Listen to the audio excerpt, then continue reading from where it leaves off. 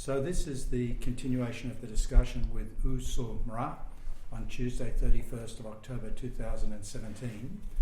And first of all, we're going to talk about a couple of points about the mining sector, and then I'd like to talk to you about life as an athlete in the 1950s, I guess it was. No, in the end of 1950s and the 60s. 60s, okay. So let's start on the mining, a couple of the mining points you want to make. The first point is I failed to mention about this, the very important seminar arranged by the Australian group, AIC. I think you probably know AIC. They arrange meetings and seminar. So I was sent by the ministry to make a presentation here, as at the very beginning of the foreigners coming into Myanmar. So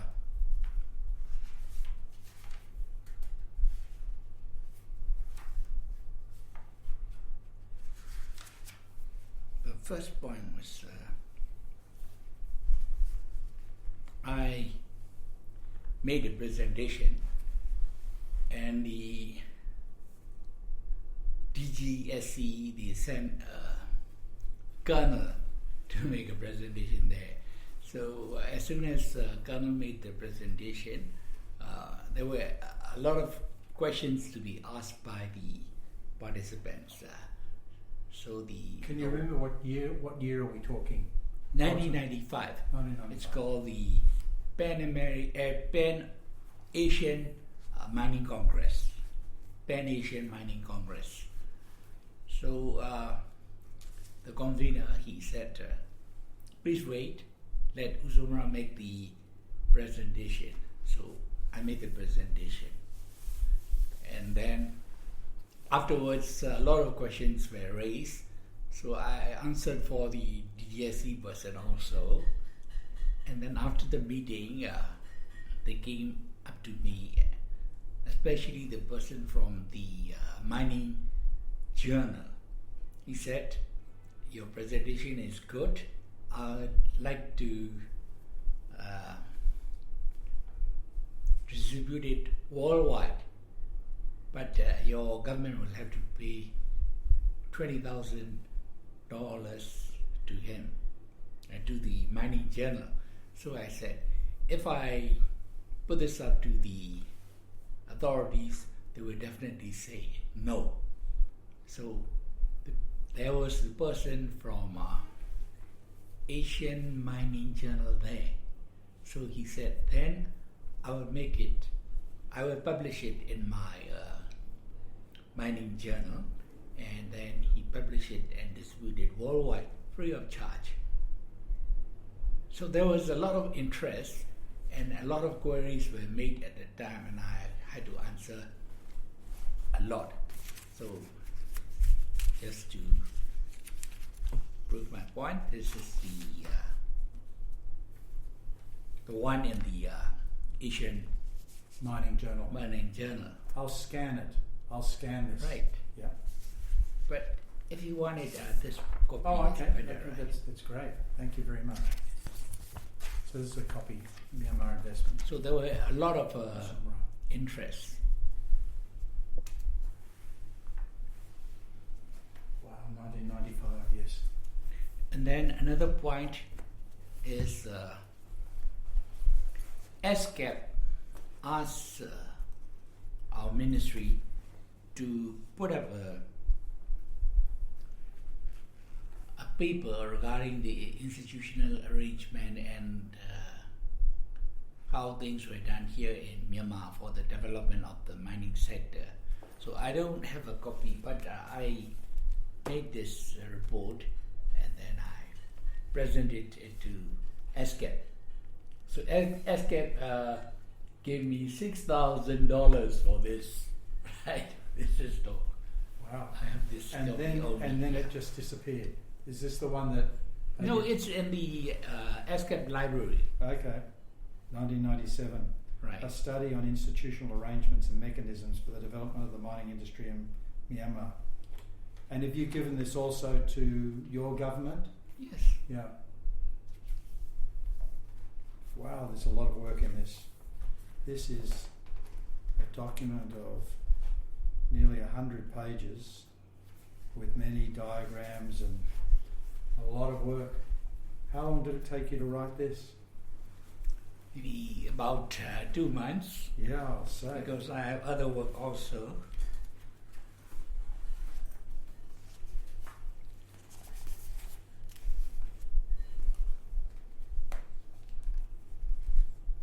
Goodness. You really did a huge amount of work. But again, no one in the government has done anything to implement this. No. So we're now, this is 20 years ago. Yes. 20 years. So it's still with the ESCAP library. When one lady from ESCAP came to Yangon and she said, she read my report and it's very good. She said, So let me just take a photo of the front page because I could then find it in the ESCAP library right. if I need it. Thank you.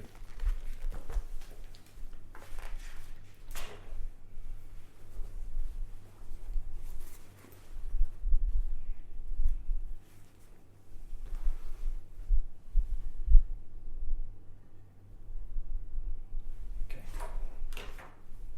Thank you. So, should we turn to the athletics? Another point is just before I retire, I was invited by the Thais to make a presentation in their conference held at Chiang Mai. So it's called Mining Beyond Frontiers. I made a presentation there, and then after my presentation, the Vietnamese guy came up and then they said, I want the copy please. So I gave it to him because I don't need it anymore. So the Vietnamese guy took the book from me. Just before, so you have it no longer? Yeah. Gave it away? That's why I gave it away. And what was that, your presentation? You gave away your presentation? Yes. Right. And kept no copy? No.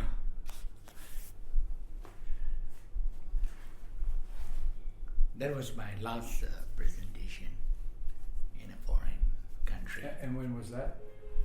2005. 2005. 2005. Just before I retired. Did you retire at the same time as, yes, the same time as U Minh Tien? No, U Minh Tien retired later. He went along to Naypyidaw. Okay. So I just missed Naypyidaw. Luckily. Luckily. Yeah. So, anything else on mining? No. No. So, what I'm interested in hearing, as I remember it, you obviously were the national pole vault champion for Myanmar, and twice you won the gold medal at the Asian Games. Yes. And once silver. One silver. What, 2 gold and 1 silver? 1 silver in the Southeast Asian Games. Southeast not the Asian Games. Yes. So, how did you, I mean, was there any government support for athletes at that time? No, if you ask this question, I have to first mention about the support given by the university, because the Indian university committee, they invited us, I suppose mistakenly, because Myanmar was no longer under the British Empire. But when they invited us, the university sports committee allotted us some sum. So it wasn't enough. So we went to the Myanmar Olympic Committee. So It's a non-governmental organization actually. And then we requested additional funds that is required. And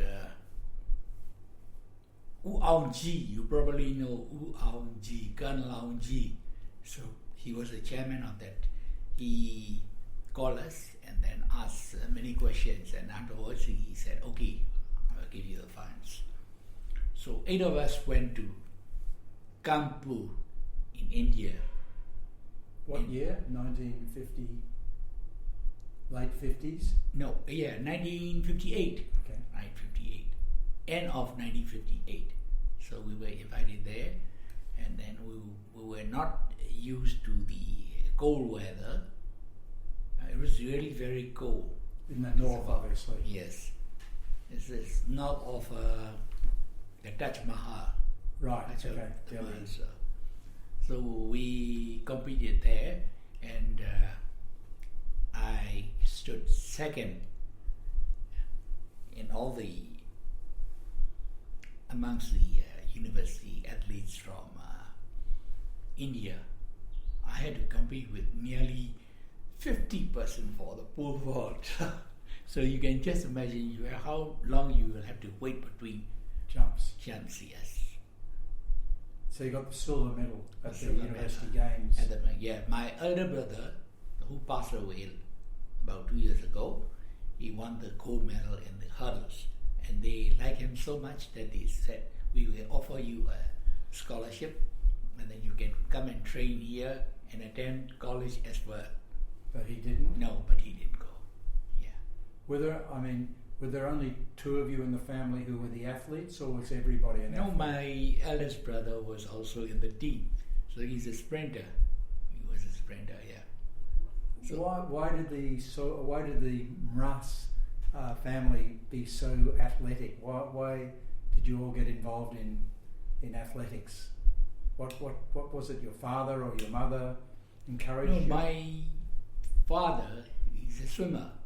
He was a cross-leg champion during his university, the Ian Lake. Right. From that band to this side band here, he was a cross-leg champion, not a track and field or anything. Right. Right. But of your brothers and sisters, how many of you were sort of accomplished athletes? You mentioned 3. Were there more? The one who is the chairman of the Human Rights Commission, he was Yeah. a pole vaulter also up to the age of about 18. But he got kidney trouble, so he gave up. And you took over? We were competing at the same time actually. So there's another one, the 5th one is from Soe Mra. So he became champion after I retired. At what? Pole vaulting. Another member of the family? Yes. And That's the number 5. did he also win the national championship? Yeah, I think for 1 year only, and afterwards other people began to beat him. So And I think you said you held the national record for some yes, time. right? Presumably broken now because of all Yes, the new, probably, the yeah. new Yes, it's polls true. and stuff like that. It's true. Yes. So you managed to get support to go to the University Games. Yes. But what about training? I can't imagine, was there any funds to train you? No. No one to teach you techniques and... No Myanmar person. They couldn't teach me any technique. They only could give me moral support. And not money either for... No. Because as I think you know, like food and diet and all those things are now very Yeah. important. And my mother arranged that for us. Lots of protein. Right. So, where did you train? I know you said you trained in the backyard with a sand pit, but by the time you went to university, were there proper pole vaulting equipment and landing areas or? No. No. No pole vaulting equipment. Even the National Fitness Council, we call it the National Fitness Council at that time, they bought some poles for us to practice, but they didn't know what kind of poles you have to buy. You have to go according to your body weight and speed, and the length of the pole should be about 14 feet only, for the heights that we were jumping. But they bought big ones, about 16 feet pole, and then those were never used. So what did you use? Bamboo. And that's dangerous, right? Isn't that dangerous? Yes, it's dangerous. And You must I have got snapped. about 2 times. I snapped the pole 2 times using a bamboo pole. Surely you were injured. No. No? No, And what because Go on. because of the momentum, the pole bends this way a little bit. So when it snapped, the pole goes this way, I go this way. Right. But you weren't far off the ground. Yes. Well, you weren't far up in the air. No, I was Okay. very lucky. Lucky, yeah. Yes. And what about landing? You can't land from 14 feet into a sand pit, can you? That's Yeah, not. you have to land it because there was no foam pits at that time here in Myanmar. So you have to know the landing technique. You have to land on your feet and then you have to roll a little bit. Otherwise, your legs will get hurt. Yes. Right. Yes. And did you get injured ever? While jumping for the selection trials for the Malaysian games in '65. You know what they did? Instead of using sawdust or sand, they put in rubber chips. The rubber slippers. Yeah. Yeah, they made it into small bits and then put it there. So what happened was when I jumped, my leg went through the rubber to the end of the flow of the pit. So my leg got injured, and the trials were very close at that time. So this will sound a little bit funny, but I got so depressed that I went to a fortune teller. So the fortune teller said, "Hi, this is nothing. Your leg will get where it will be better, and you'll be able to make the overall selections, and then in Malaysia you will get first," he said. So it was a moral booster, but the games were supposed to be held on the coming Saturday, say. And what happened was there was a heavy rainfall on that day, and the trial was postponed. So you were lucky. For the next day. For the next day. Oh. If it were held the next day, I wouldn't be in the team as well. But the rains went on for 1 week.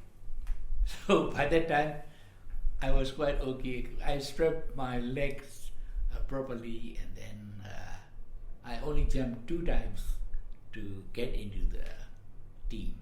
Did you have running? The shoes that they use, or bare feet? What did you? We have to buy our own Spikes. running shoes. Did you use spikes? Yes.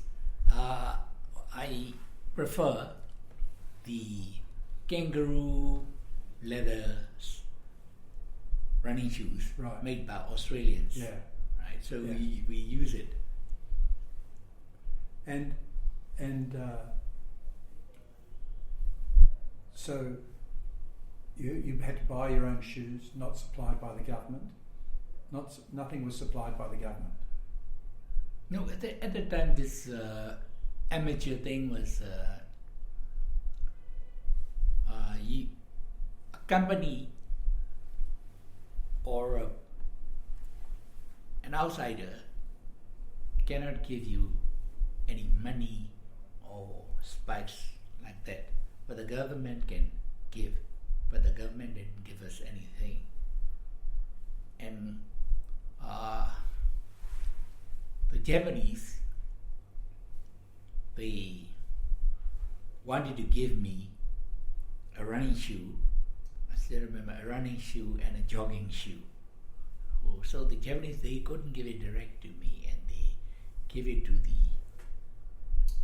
Track and Field Association, and the Track and Field Association in turn gave that to me also. That was only the first time that I received anything from the government, but this was made by the contribution was made by the Japanese. So did the government, I mean, it's quite prestigious is prestigious to win a gold medal at the Southeast Asian Games. I can't imagine Myanmar won many medals. So was the government proud, and when you won a gold medal, did they give you, congratulations and put it in the newspaper? No, they put it in the newspapers, but no congratulations or anything. I have to mention this when you mention about these running shoes. We were selected for the Malaysian Games, as I mentioned, and then I keep the one given by the Japanese as a spare shoe. Yeah. Now, as a practice shoe. Yeah. So as soon as I got to Malaysia, we were shown the field to practice, but that field was different from the one that we use here. We use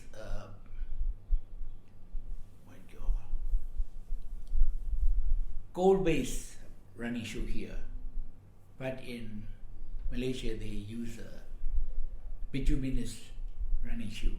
The difference is your strides are longer with the bituminous shoe. So I had a lot of difficulty in adjusting, even during the practice. Another thing is we didn't have detachable spikes.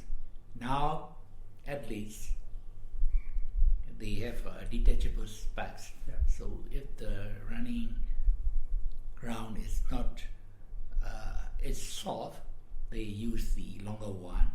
But if it is a hard track, they use the smaller one. So the other athletes from other countries, they have these detachable spikes. We didn't have it. So we bought a file and then cut off one shoe. That is the training shoe I took along. That is the Japanese one. I cut off. But I didn't cut off the Australian shoe because it was very good.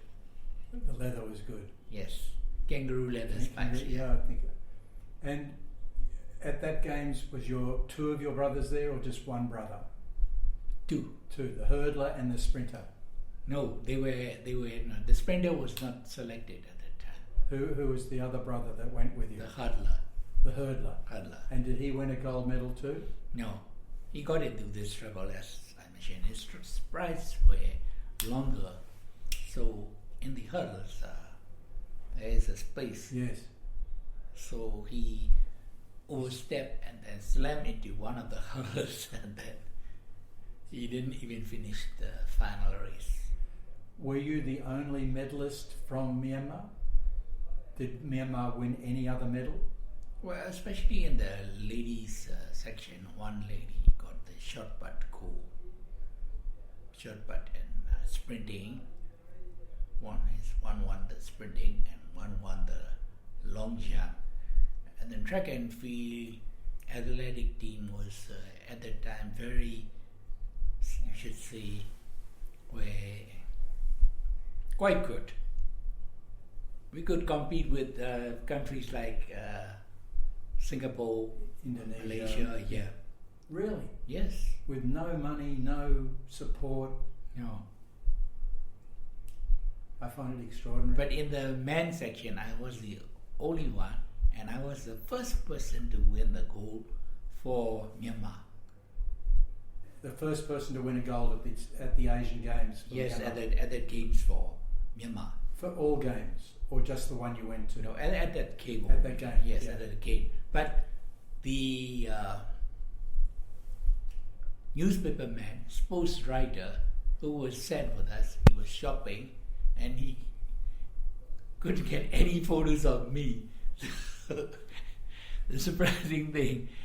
And they put some photo of me while I was training here back in Yangon in the papers. That's the one, the photo they use.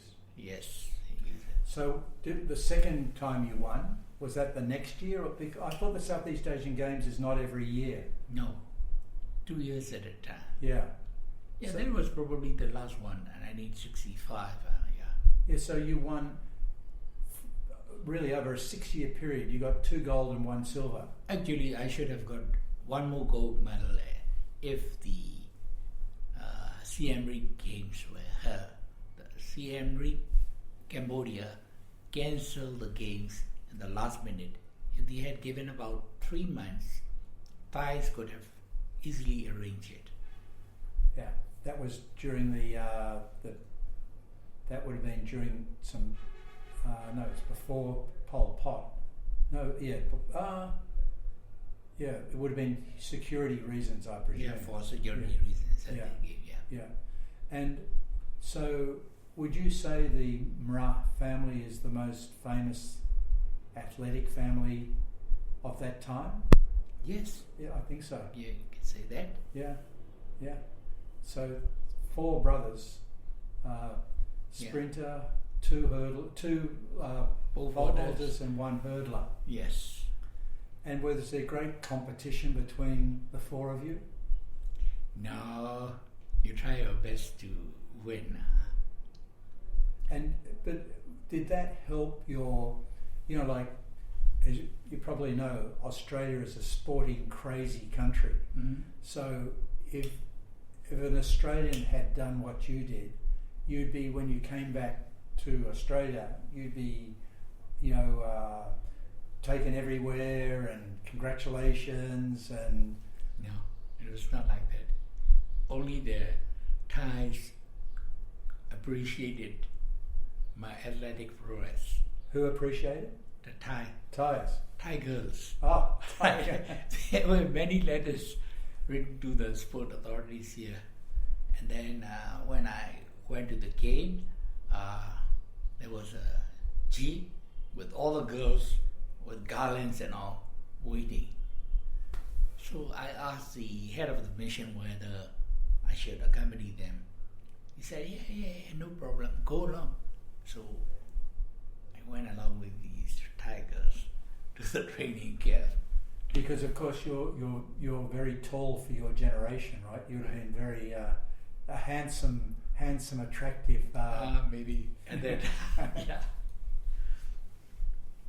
So the fact that you were such a good athlete had absolutely no help to your career back in Myanmar. No, people know me. That's all. I got individual help, but not by the government. Right. Because you mentioned about how your father was, an ICS, Yes. and very, not into taking bribes or anything like that. So Right. it must have been having such a sporty family. It must have been quite an expensive thing for him Yeah, to. quite an expensive thing because in the 59 games when I stood second because I was using a bamboo pole and the other guy was using a mild steel pole, which was then very popular. So I tried to get the name of the pole and the manufacturing company. And when I got back here, back to Yangon, I told my father that I need this pole for the next games. So he asked the Swedish consulate here that he would pay for the pole, whether he could bring it back when he returns to Yangon. So he brought back the seafair pole. So I got the identical pole as the Singaporeans. Who won? Yes. So the next time he came here, I beat him here. Right. What was the height you were jumping at that time? Can you remember? Around 4 meters then only. 4 meters. Right. Where are they up to in world standards now? No. Not the... No, now with all the new equipment. And but even ladies can jump 4 meters very easily now. Now, but at that time, can you remember what the Olympic record would have been? Olympic record was just over 15 feet, I think, 15 feet. So there's not, I mean, I know a foot is quite big, you know, when you're high, but you were doing pretty well comparatively with, you know, very developed countries where the people had lots of assistance. Without any coach. Yeah, without any coach. Without coach. But I got training tips from the Americans only. Before the 59 games, one American came over. They arranged an American coach. I remember his name as Mr. Jameson. I don't remember the first name, Jameson. So he was asked to take care of the whole athletic team. So you cannot do that because in athletics, you have specialized fields. Yeah. Jumping and running are two different things. Yeah. So, but he gave me tips on what to do and etc. But during his days, I improved tremendously. With his tips? Yes. But I mean, it's not a natural thing to pole vault. So with the first time you did it, you know, your style must have been very funny, if I can call it that. Right, because it is right, very funny.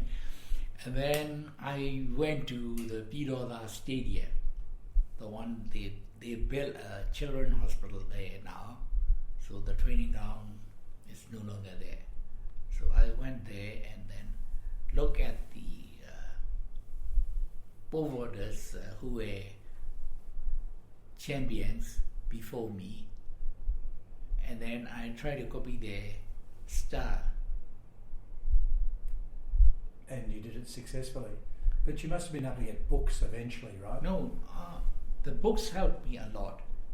I bought a book called The Mechanics of Pole Vault, about this size only, yeah. So you read through the books and then you get tips like when to plant the pole, etc. And how you shouldn't slip the right hand holding the pole, because when you plant the pole, sometimes the grip slipped. So I got small tips by reading books, and then I sometimes write to the British champion also. Letters to them? Yes, letters to them, and then they gave me replies. Really? Yes. So you wrote to the British pole vault yes. Coach or no, the person who was jumping. Oh, okay. I wrote to them. Now, why, given that you were so good, did Myanmar not participate in the Olympics? The Olympic Games? To compete in the Olympic Games, maybe you have to jump over 14 feet at that time, just to qualify. Okay, qualify, yes. But you did? No, I couldn't, because something was still lacking there. But did Myanmar participate in the Olympic Games? Yeah, only in long distance running mostly. Right, okay. Right. Okay. So, and what about now? Does the government provide support now for athletes? Well, they will ask you to come to the training camp. They call it cold camp. You will probably remember that the government calls the training place as the cold camp, and then you are all put in there, and you have to do your training yourself. About 10 years back, they had a coach from East Germany, but the athletes here know how to inject, before running. So they use drugs now. Yeah.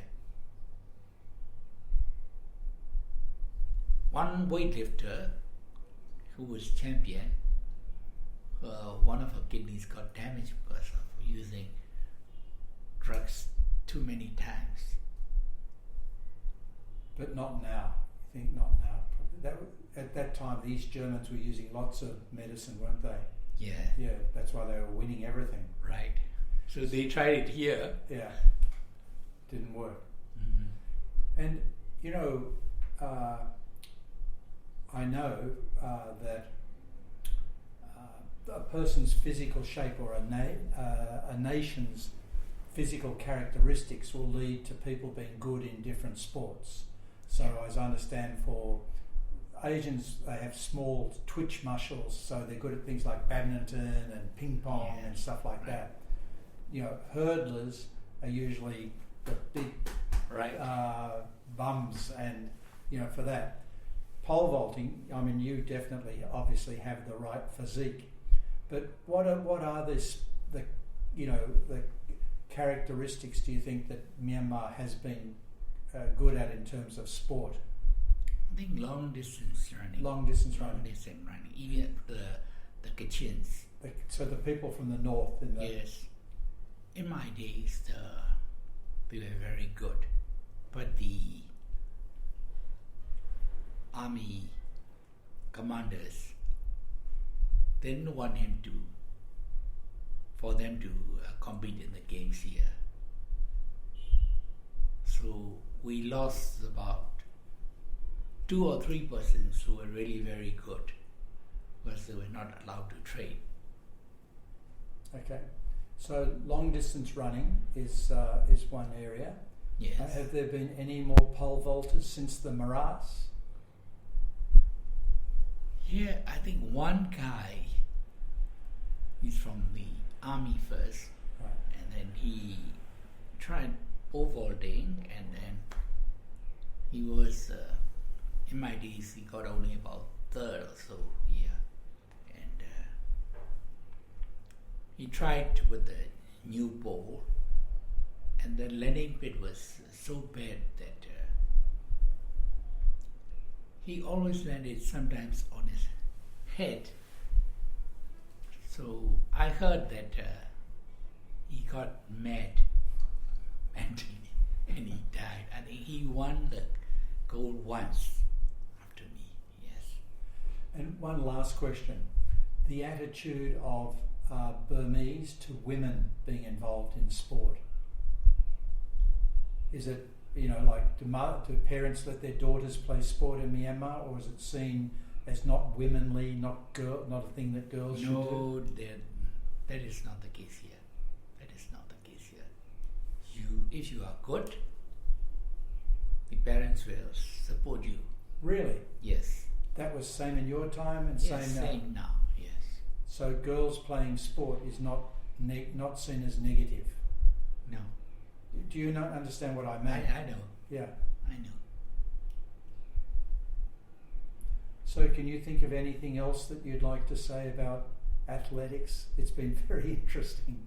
Is there anything else you want to say? Athletics, to become a champion was my goal at the time. And I don't go to parties. And if they invite me, I stay at the parties only up to 10 o'clock and return home and have my sleep. And you have to be dedicated, and you must have the spirit to win. When the Singapore guy beat me, I said, I must beat this guy again. So when he came over to Yangon, a lot of people were speculating that Malaysian guy will win. But I beat all of them. Yeah. Because I have the spirit, you know, determination, determination to dedication. When I say determination, in my first foreign game in a foreign land, what happened was that's in India, right? Not in India. That was in the university day, but Yes. for the national level. Right. For the national level, we had an annual meet with the Thais. Annual meeting with the Thais. So before the championships, I got injured again. I got injured, and then the person who was in charge of the fitness council came over to our house and then asked to see my father, because he was Secretary of Health, Ministry of Health at the time. So they said they wanted to leave me out because my injury couldn't be, ready when the games are held, because it was only about 8 days away. So my father called me and asked me, what do you say? So I said, I won the championships and I have the right to go. So it was settled. The guy from the fitness council, he went back, and then they selected another guy. So 2 of us went to the games. Another guy was from the army. So I had this determination to beat, and then I couldn't train with the other guys. And I remember staying at the Trocadero Hotel in Bangkok. They have a very long corridor, and then I just tried running on that corridor. So the injury improved slowly. So on the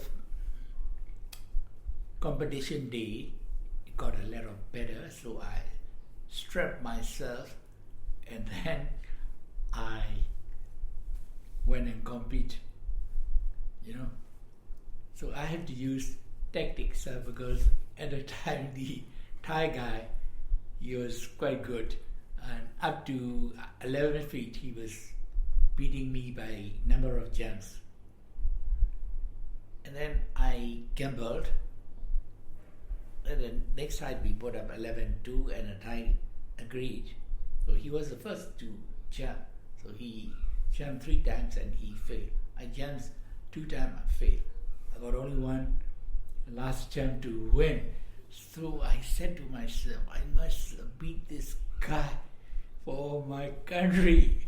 So I ran, I risked everything and then jumped, and then I went up really very high, but nearly brought down the bar up on my landing, but the bar stayed on, so I won.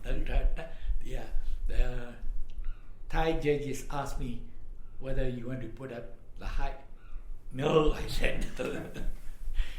So that was very sweet at that time. Winning was very sweet. Yeah. What a wonderful memory. Yeah. So Soe Mra, thank you so much. Thank you for that That's well extra information.